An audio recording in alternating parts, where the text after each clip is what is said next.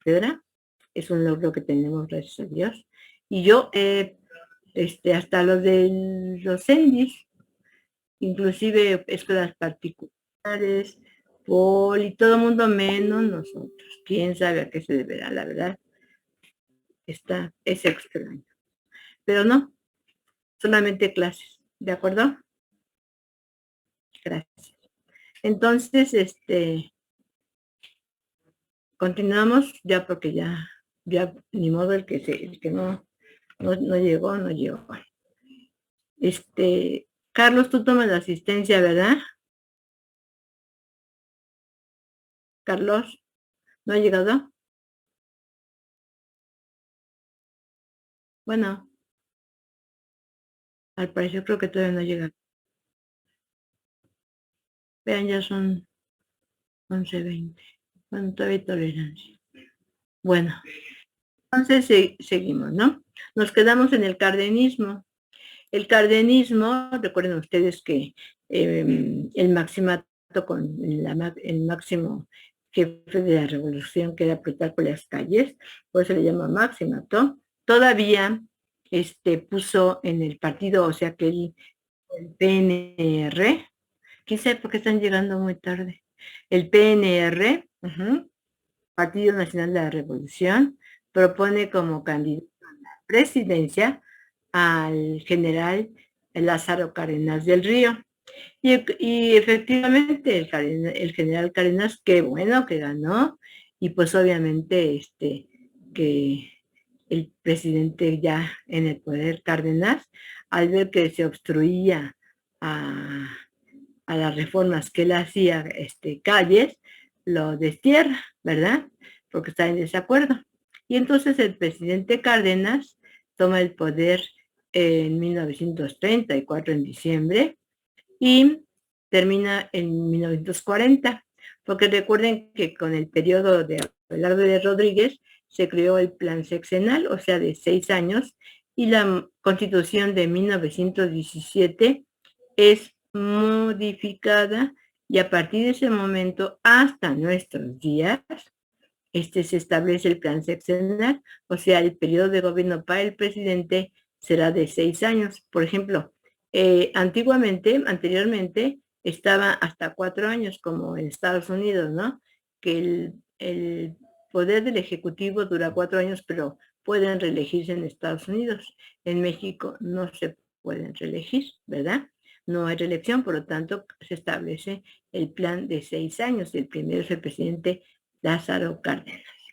Y entonces, el presidente Cárdenas, pues él, con una mentalidad asertiva para los trabajadores, para los campesinos, ve que no se les ha hecho justicia con la revolución, ¿verdad?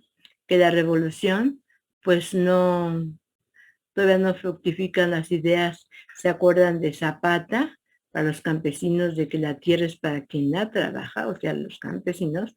El lema Tierra Libertad es del plan de Ayala, de Zapata. Y luego recuerden que los Flores Magón, el Partido Liberal Mexicano, que se surgió en la época del porfirismo, defendía de los intereses de las clases trabajadoras, y no son intereses, son derechos, ¿verdad? Los derechos de los trabajadores. Acuérdense que los obreros, pues todavía en el maximato con los periodos de Portes Gil, Pascual Ortiz Rubio, Abelardo de Rodríguez, como se vio, ganaba más decían pelón, o sea, para defender los intereses del partido del PNR de Calles, pues ganaba más que un obrero. Y con el presidente Cárdenas, ¿no? Va a hacer reformas que van a mejorar y tratar de hacer justicia con el campesinado, con la clase obrera, ¿verdad? Y que obviamente va a tratar de, pues, erradicar, aunque no se logra, inclusive actualmente todavía no se ha logrado erradicar esa explotación que hay hacia los trabajadores de los campesinos del campo, y y también de los obreros, ¿verdad? Porque aunque haya un salario mínimo, los empresarios no le pagan lo justo. ¿Se acuerdan en Historia Universal que vieron que es en el sistema capitalista existe lo que se llama la plusvalía o excedente? A ver, levante la mano quien de ustedes se acuerda en qué consiste la plusvalía. Voy a hacerle como ustedes, a ver, así voy a estar. La plusvalía o excedente. ¿Nadie?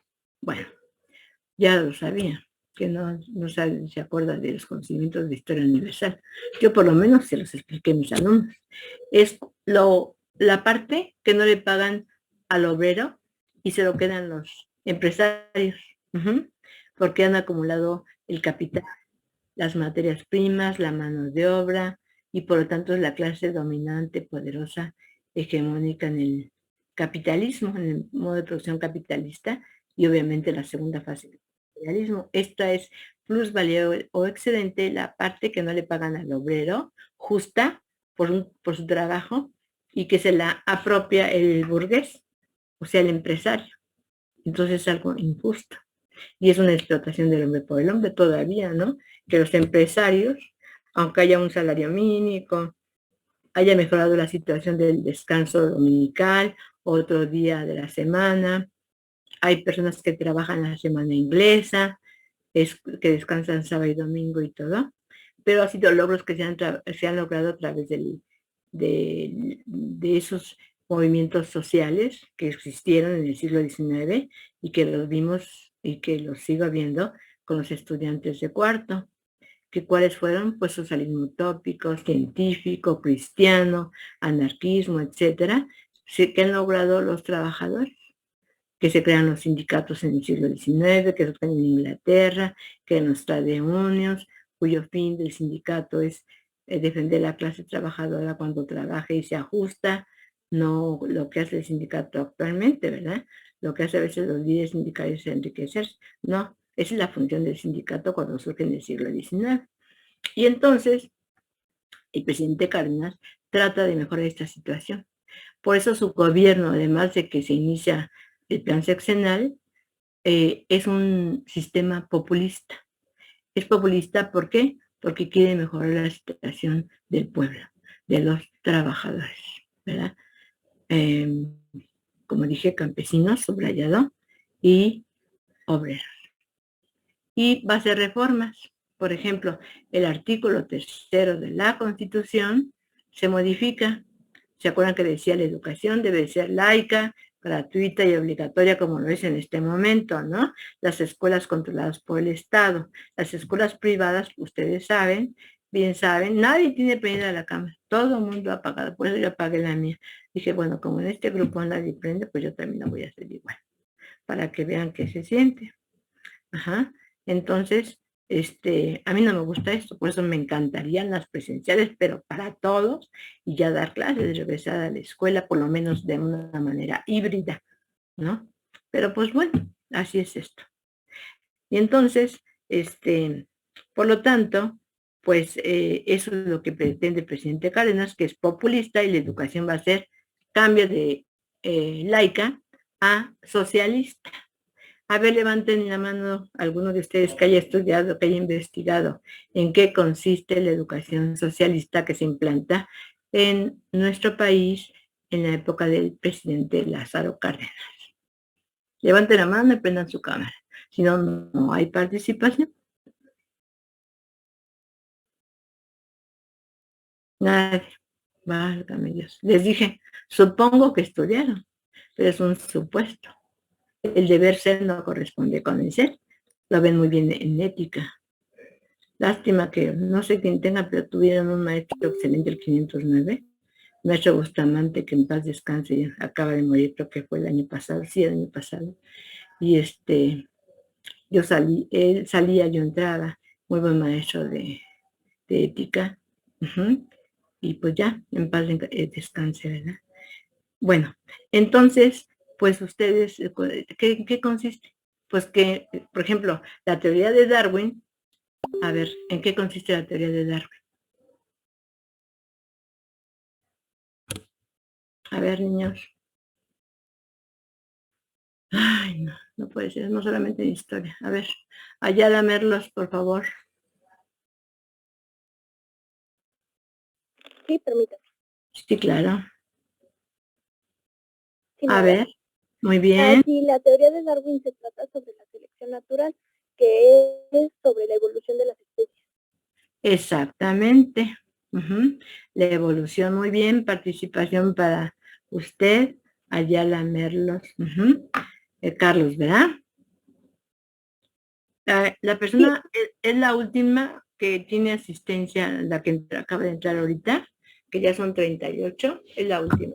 Disculpe, soy yo, Josué. Es que sabe que se me estaba trabando mucho y ni siquiera podía abrir mi micrófono. Sí, no te preocupes, te reconocí por eso, gracias. como te conozco muy bien, por eso, aunque sea a la distancia, pues de todos modos me los conozco, algunos que sí participan, ¿no?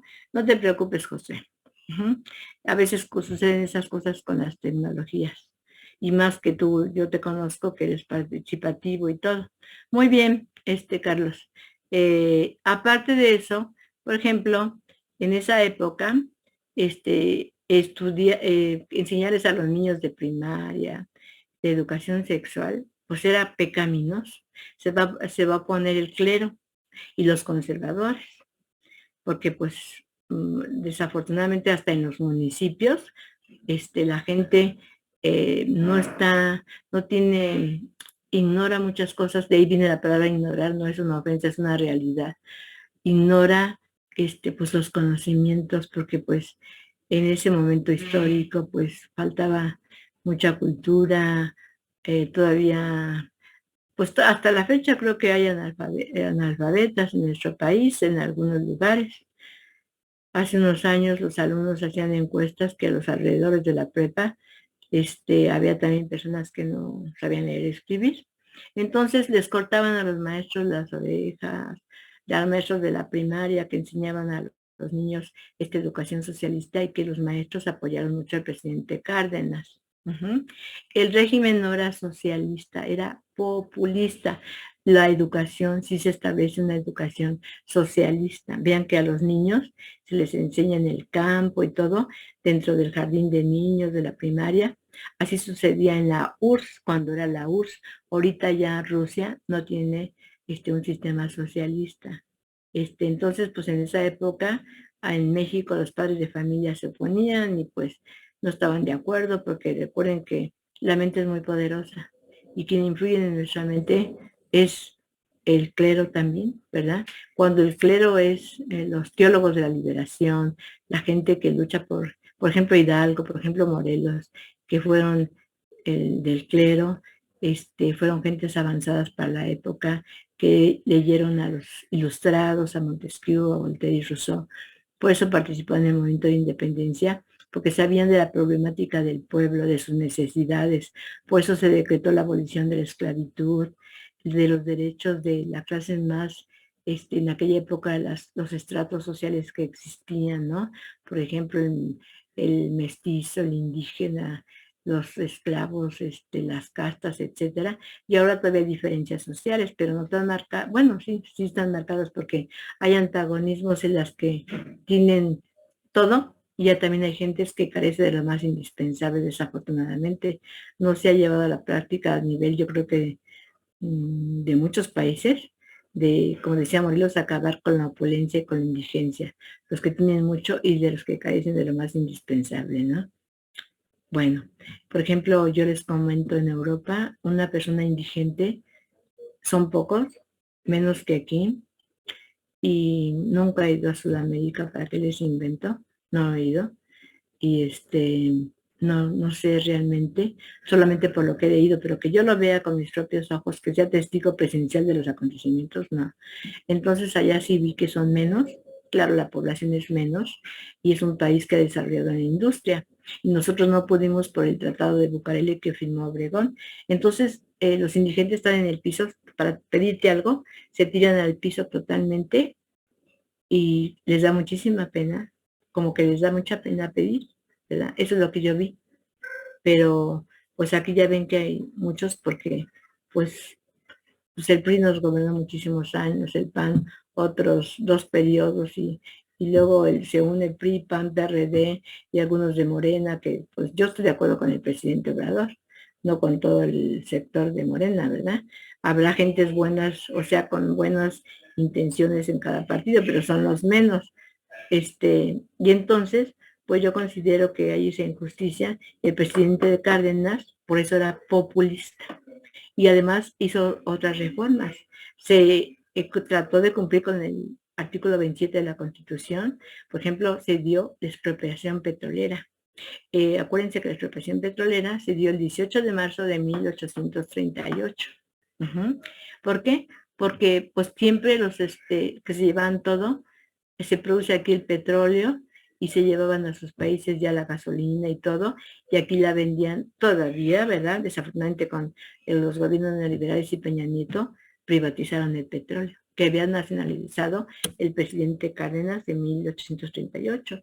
Yo me preguntaba cuando festejaban el 18 de marzo, dijo, pues, ¿qué festejan estos que privatizaron el petróleo, no? Ahora el presidente Andrés Manuel trata de nacionalizarlo. Y se oponen quienes, pues los conservadores, dice Jalife, es enviado a Jalife, que es un geopolítico, que por cierto estudió en Prepa 7, la preparatoria, además de en escuelas particulares porque es de origen libanés. Les envié, por ejemplo, lo actual. A ver, esta persona ya llega tarde, ¿sí? Eso envié, 11:35. Ya. Entonces, pues fíjense, imagínense en aquella época, pues más. Entonces, ¿qué hace el presidente Cárdenas? Pues la nacionalizó el petróleo, se crea la Comisión Federal de Electricidad, la Comisión de Electricidad que también quisieron, la privatizó, ¿quién? Pues Calderón en el 2009, de una manera, cuando lleguemos a un momento les cuento todo lo que yo vi, lo que yo he leído y lo que vi, porque me tocó ese momento histórico. Y como historiador uno tiene que estar al pendiente de todo y confrontar las fuentes. Ahora no solamente son libros, periódicos, revistas, documentos, sino que también hay otras cosas, como por ejemplo lo que se dice en la mañanera. Y por ejemplo a Jalife, yo escucho mucho a Jalife, a Vicente Serrano, en fin, a varios, y confronto las fuentes, periódicos como La Jornada. Yo no creo en el Reforma, nada más lo veo para ver las tonterías o las mentiras que dicen. El proceso queda muy bueno antes, ya no lo es. O sea, el padre era muy diferente a la hija. Y entonces pues ya cambian las cosas, ¿no? A veces se dice, depende cómo es el tronco para ver cómo son las ramas. Y a veces no, ¿verdad? A veces no en este caso. Por ejemplo, el otro, el Universal, otra fuente que es el Excelsior, tampoco ni le creo, ¿verdad? Mejor confronto las fuentes y veo realmente lo que está sucediendo, ¿no? Porque la misión es verificar los hechos, tratar de llegar a la verdad y llegar a la mayor objetividad posible, aunque no haya una objetividad al 100%, siempre hay cierta subjetividad, ¿verdad? La verdad no es absoluta, y ustedes pueden hacerlo, cotejar las fuentes y no creerme a nadie, ¿verdad? Como dice René Descartes, si pienso, dudo, si dudo, pienso, y si pienso, existo, si no ando por ahí deambulando, ¿verdad? Aquí, por ejemplo, hay 37 conectados, el último ya llegó tarde, la última persona, y sabrá Dios qué están haciendo los demás. Yo no sé qué están haciendo, a mí no me consta. Si estuviéramos en las clases, pues ya ahí lo estoy viendo, que algunos están viendo el celular, o a ver, otros están comiendo y así, pero comen y escuchan, ¿verdad? Yo sí le doy permiso de que coman. Pero aquí, a la distancia, yo nada más veo que participan pocas personas, los demás, a lo mejor nada más se conectan, yo no sé qué están haciendo, a mí no me consta, no lo veo. Entonces, pues es muy, muy subjetivo. Sí, entonces, eso sucede en la presidencia de Cárdenas. ¿Qué se creó? El Instituto Politécnico Nacional, ¿verdad? ¿Por qué? Para que se crean técnicos calificados, ingenieros, petroleros, etcétera. El petróleo era algo muy importante, así como en la época de la colonia, que las reformas borbónicas establecen el Colegio de Minería, pues aquí se crea el Politécnico Nacional, ¿verdad? Para los ingenieros. También la universidad tiene ingeniería petrolera. Yo tengo una sobrina, no le estoy presumiendo, que estudió en la UNAM, era del grupo de los grupos más avanzados y de los alumnos más avanzados que hay una medalla Carolina Barrera y está trabajando. A mí me hubiera gustado que trabajara en México, pero ella se fue hace como 8 años y puede regresar y trabajar en petróleos, pero está en Edimburgo y ya estudió ahí la maestría y ya el doctorado y todo, pero pues a mí me gustaría que estuviera en México, ¿verdad?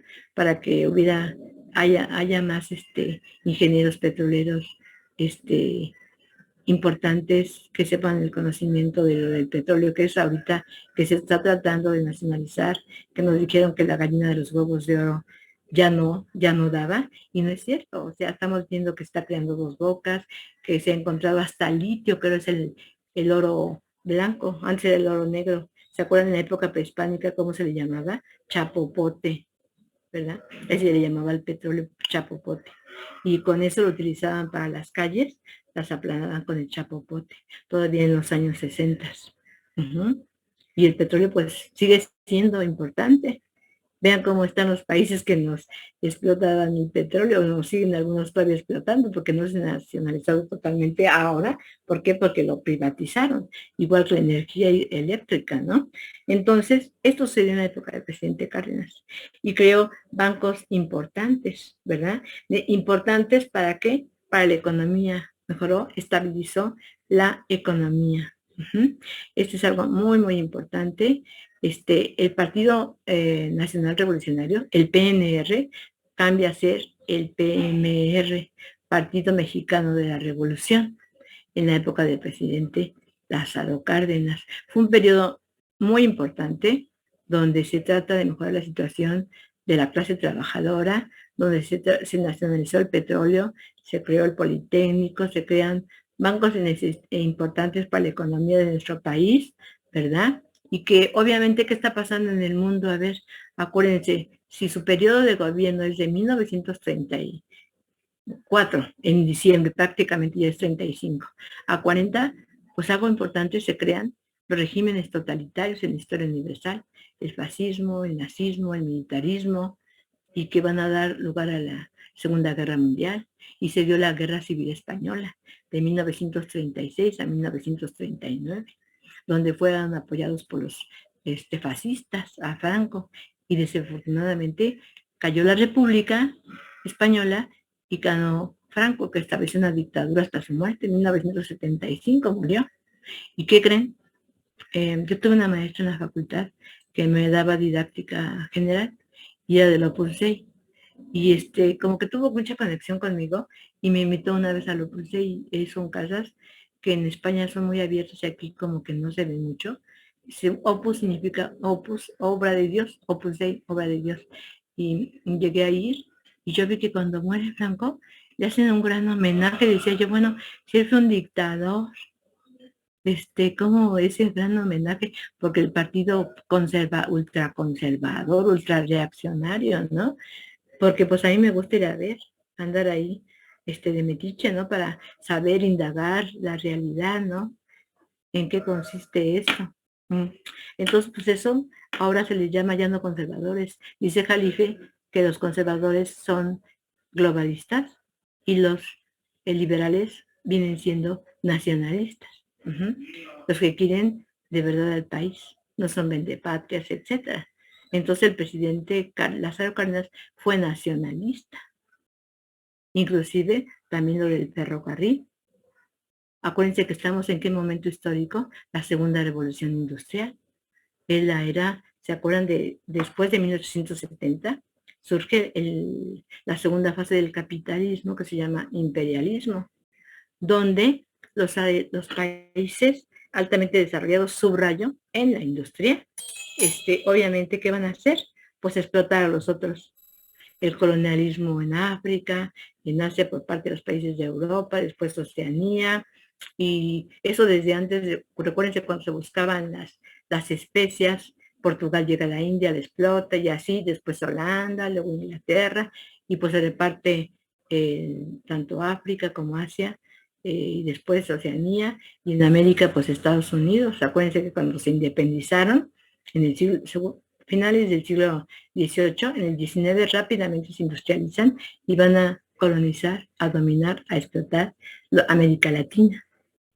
Y se expanden territorialmente. Se dio una guerra con nosotros, la guerra entre México y Estados Unidos que comentamos, que es una guerra imperialista, expansionista, donde perdimos el 55% de nuestro territorio. Y por ejemplo, California, que es excelente, las tierras de California, que producen muchísimas cosas de la nuestra. Afortunadamente ya hay muchísimos mexicanos que la habitan, ¿verdad? Y eso como que no le está gustando a los estadounidenses, ¿verdad? Y sobre todo a los gobiernos de Estados Unidos. Y también no se duerman con que les digan que es Rusia en el momento actual, porque lo importante es estudiar historia, vamos a un viaje hacia el pasado, pero con un fin de entender lo que vivimos en este momento histórico a nivel mundial y luego nacional. Sí, o puede ser al revés, de lo nacional hacia lo universal. Entonces, o sea, lo global. No es Rusia la que atacó, es la OTAN, que surgió después de la Segunda Guerra Mundial. Entonces, eso es lo que pasaba en ese momento. La Guerra Civil Española, y que se le da asilo político a los refugiados españoles. Y vienen los niños de Morelia para protegerlos, ¿verdad? Iban a surgir escuelas, el Luis Vives, el Colegio de México, el Colegio de Madrid, etcétera, que son privados, obviamente, pero vienen refugiados españoles. México da asilo político a muchísima gente. Hace poco le dio asilo político a Evo Morales y no lo matan, ¿eh? ¿Quién? Pues Estados Unidos. Y en la guerra civil, pues no fue Estados Unidos, ¿no? Fue la Falange. O sea, los fascistas, el gobierno fascista de Franco. Y obviamente apoyados por Mussolini y por Hitler. Pues eso sucede en la época del presidente Cárdenas y les voy a pasar un video muy bonito, también desde la UNAM, como les he pasado, para que se ilustre, en la mente se queda lo visual. Lo visual se queda en la mente, por lo tanto, se lo voy a pasar. Espero que lo alcancemos a terminar de ver. Y si no, pues ya vieron lo más importante. Y comparto pantalla para ponerles el video. Y hay comentarios después. Y aquí está el video de este momento histórico conocido como Cardenillo. A ver, acá está. Vamos a subir.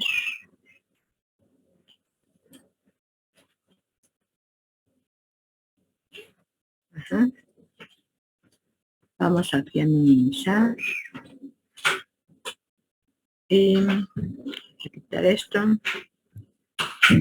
Y ponemos el video. Pongan atención. Aparte de su mapa mental que hicieron en su casa de tarea, para eso son nosotros los videos, para que hagan la tarea. Complementen todo.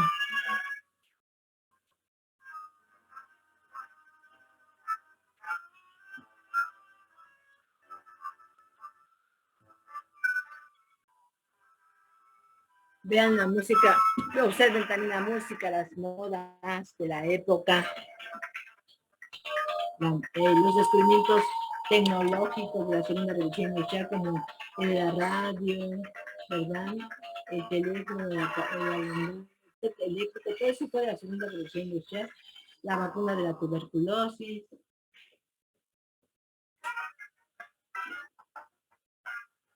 En la segunda mitad de la década de los años 30, México se debatía entre el cosmopolitanismo y el nacionalismo. El primero, representado por la bulliciosa y creciente Ciudad de México, pretendía seguir los pasos de la modernidad, sacudiéndose con prisas su antigua calma provincial.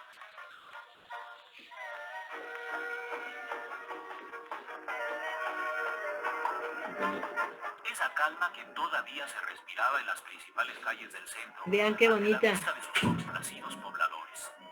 Aunque a veces vean el sombrero de los hombres, de las mujeres, la moda, de las clases acomodadas, obviamente. Y pisotones. La provincia mexicana se unía al mundo. Los carros de la época, de la segunda revolución industrial, que se han modificado, ¿no? Se sumaban al otro tanto de vías férreas que permitían el intercambio entre ciudad y campo.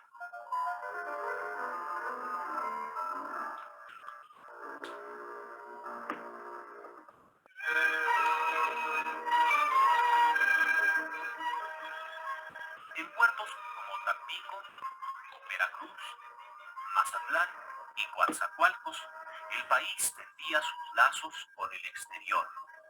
Y los modernos aviones también contribuían a reducir las distancias que separaban a México de También otras segunda naciones. revolución industrial, el En avión. aquellos años, la vía de comunicación más popular era la radio. A través de sus ondas se informaba sobre toda clase de eventos políticos, económicos y sociales. Pero el motivo de intercambio más socorrido por las ondas hertzianas fue el entretenimiento, con todo y sus comerciales.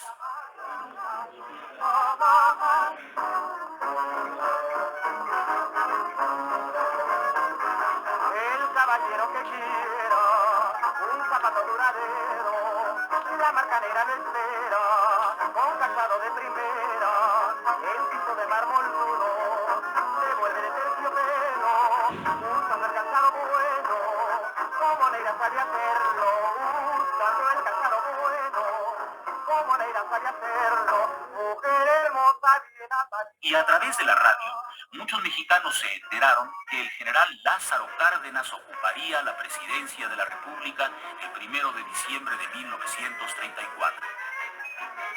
El general Abelardo L. Rodríguez entregó la banda al candidato triunfador del Partido Nacional Revolucionario, quien a los 39 años de edad se convirtió en el general revolucionario más joven que ocupara la presidencia mexicana en el siglo XX.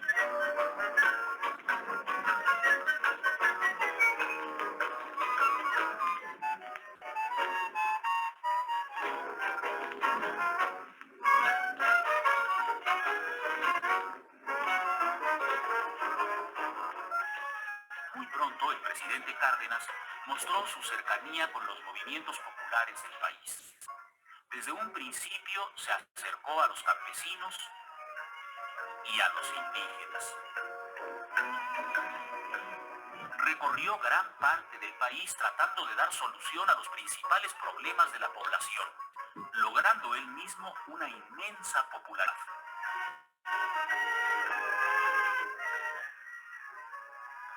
Parte del proyecto de gobierno del general Cárdenas descansaba en la industrialización del país. Sin olvidar a los obreros, esa industrialización debía hacerse para incorporar a México a la pujante economía internacional. Había que salir de la severa crisis mundial sufrida a fines de los años 20. Por ello, durante la segunda mitad de los años 30, era necesario dar un gran impulso a la industria mexicana. El gobierno se encargó de construir la infraestructura y la iniciativa privada, estimulada por la oportunidad de obtener grandes utilidades con pocos riesgos, echó a andar sus fábricas.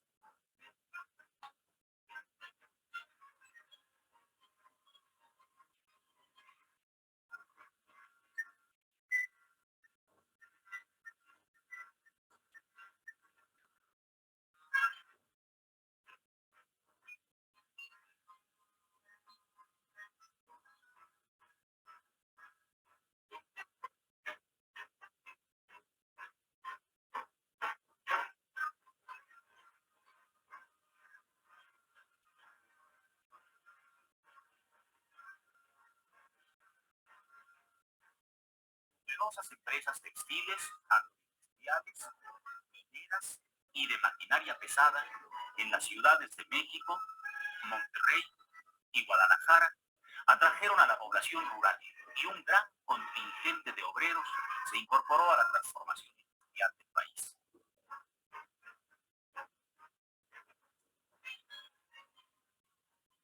El apoyo que el gobierno dio al movimiento obrero nacional se manifestó en la creación de la Confederación de Trabajadores Mexicanos, la CTM, que guiada por su secretario general Vicente Lombardo Toledano, no tardó en convertirse en fuerte aliado del régimen.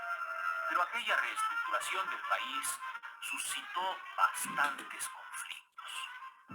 Uno de los más sonados fue aquel en que el grupo de choque contrarrevolucionario Los Camisas Doradas atacó a los obreros del Volante durante una manifestación el 20 de noviembre de 1936. Y no solo la política obrerista fue blanco de objeciones. Grupos eclesiásticos también se opusieron al régimen cardenista. Todavía no se calmaban las pasiones de estos herederos de los conflictos religiosos que el país había experimentado en los años 20. La rebelión La cristera. convivencia entre autoridades revolucionarias y jerarquía católica seguía siendo un tanto difícil, aunque en apariencia se tendiera a la calma. Las cosas se complicaron a los pocos días de que el general Cárdenas asumiera la primera magistratura. Un agarrón entre los radicales camisas rojas del recién nombrado secretario de Agricultura Tomás Garrido Canaval y los feligreses de Coyoacán aumentó la agitación. El saldo de varios muertos hizo que los ánimos católicos se caldearan. Sin embargo, lo que más agitó aquellos días fue la expulsión del general Plutarco Elías Calles.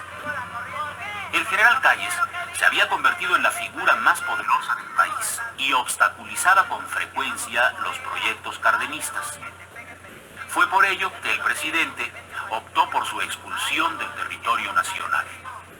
La medida tuvo el apoyo de un amplio contingente popular y de esa manera se pudieron acelerar las reformas. No, María Cristina, que no. Ay. En primer lugar, se llevó a cabo una intensa labor en el campo. Durante los 6 años de gobierno del general Cárdenas, se distribuyeron casi 20 millones de hectáreas. Apoyando sobre todo al ejido, el proyecto cardenista estableció un nuevo orden rural bajo los auspicios del gobierno. Se crearon el Departamento Agrario y el Banco de Crédito Ejidal, que fueron los encargados de distribuir y refaccionar las tierras.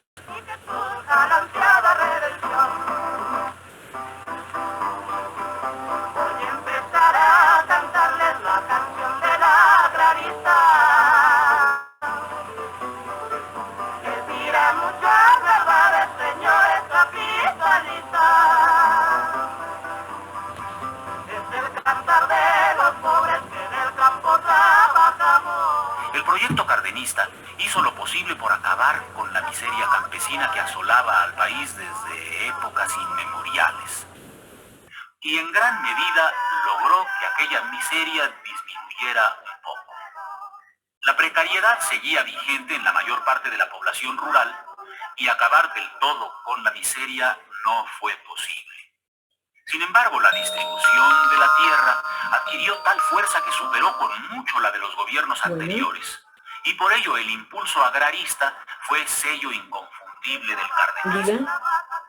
Otra modalidad importante de la reforma agraria fue aquella que puso especial atención a los grupos indígenas. Se procuró levantar el nivel de vida de los indios sin afectar demasiado sus propios estilos culturales. La tarea fue harto difícil y no siempre tuvo el éxito deseado. Me habla, por favor, en Pero 2 la horas. vida en el campo 2 horas, por contrastaba favor. enormemente con aquella que se retrataba en el cine. Esos años fueron los que vieron surgir a los ranchos grandes y chicos con sus charros y sus chinas y sus canciones. No me presumas ni me vengas con tus cosas, si te molestes en pensar en mi querer. Muy lejos del campo real, estas películas hicieron ver un México rural inexistente, alejado de toda miseria y conflicto, lleno de fiestas y bailes, de canciones y fanfarronería. No así las películas sobre la revolución, que claramente asumieron un tinte crítico. Que por más que aquí abajo hacemos y deshacemos, allá arriba nada cambia. Mira. La Revolución Mexicana se empezaba a institucionalizar y con ella los charros.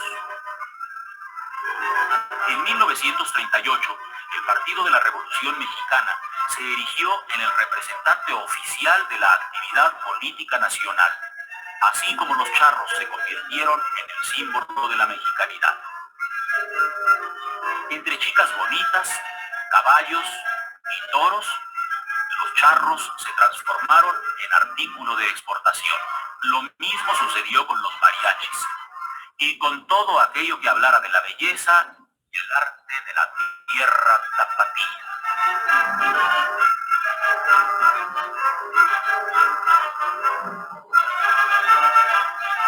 Pero en aquella tierra la belleza y el arte también se cultivaron de otra forma. José Clemente Orozco trabajó durante aquellos años en Guadalajara, continuando así su fructífera labor de muralista.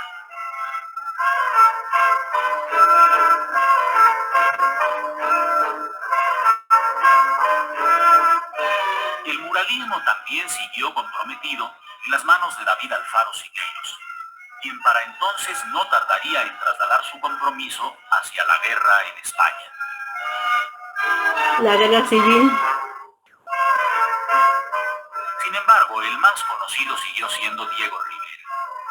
Sus pinturas buscaban una definición del origen mexicano. Este, según el pintor y muchos otros pensadores del momento, estaba más cerca del indio que del español. Por ello también en esta época las manifestaciones culturales indígenas adquirieron un auge muy particular.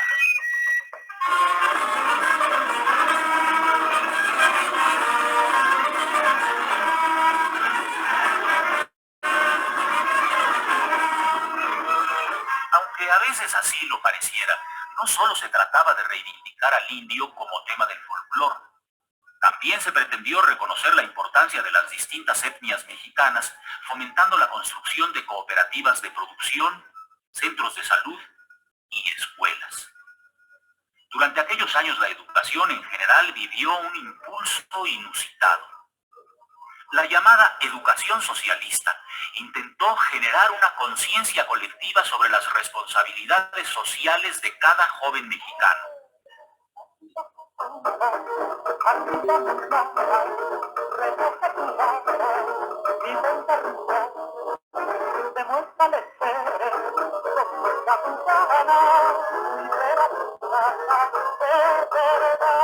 En los patios, en los corredores y en los salones, se educaba con la esperanza de que esos jóvenes participaran directamente en las transformaciones del país.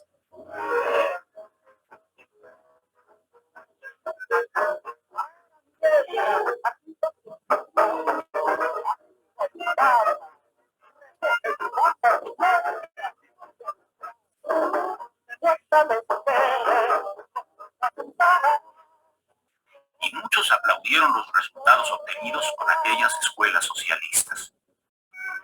La educación superior, por su parte, no siempre facilitó las cosas para el régimen. Sin embargo, supo ser solidaria con los cambios y desfiló frecuentemente a favor de las mayorías.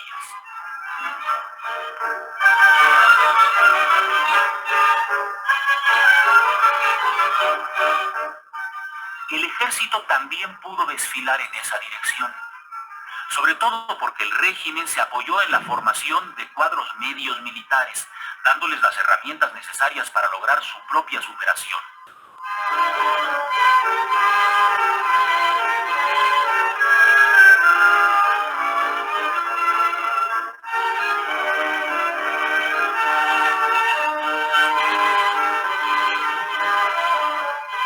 También en las escuelas del ejército surgirían los encargados de transformar al país. Se trataba de participar en el diseño de un futuro que ofrecía muchas posibilidades.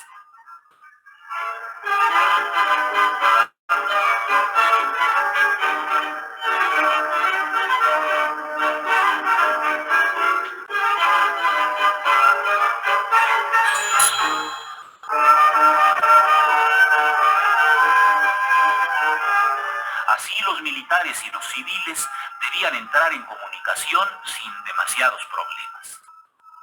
Pero afuera de los cuarteles, la sociedad civil parecía ocuparse de otros asuntos. Recordamos a ustedes que mañana es un gran día, el día dedicado a las madres. Si tu madrecita chiquitín se ha ido para siempre, ese día recuérdala con más cariño, con más devoción. Sin embargo, en otras partes del mundo las cosas no estaban para homenajes. A mediados de 1936 se desató una cruentísima guerra civil Bueno, en chicos, España, que duró tengo 3 otra años clase. y que sirvió de ensayo a la Y más pues sangrienta contienda que lleguen ha un poquito vivido la más humanidad. temprano la próxima vez, por favor. Les dejo la tarea, se la mando a Carlos para que la hagan, por favor. Les doy indicaciones y todo. Nos vemos. Buen día, síganse cuidando. Apoyado por el Que les vaya bien. fascismo Maestra, ¿cuál es la tarea? Disculpe. ¿Mandé? ¿Cuál es la tarea? Disculpe, es que no la escuché. Que se la voy a enviar a Carlos para que Ah. se la envíe a ustedes. Y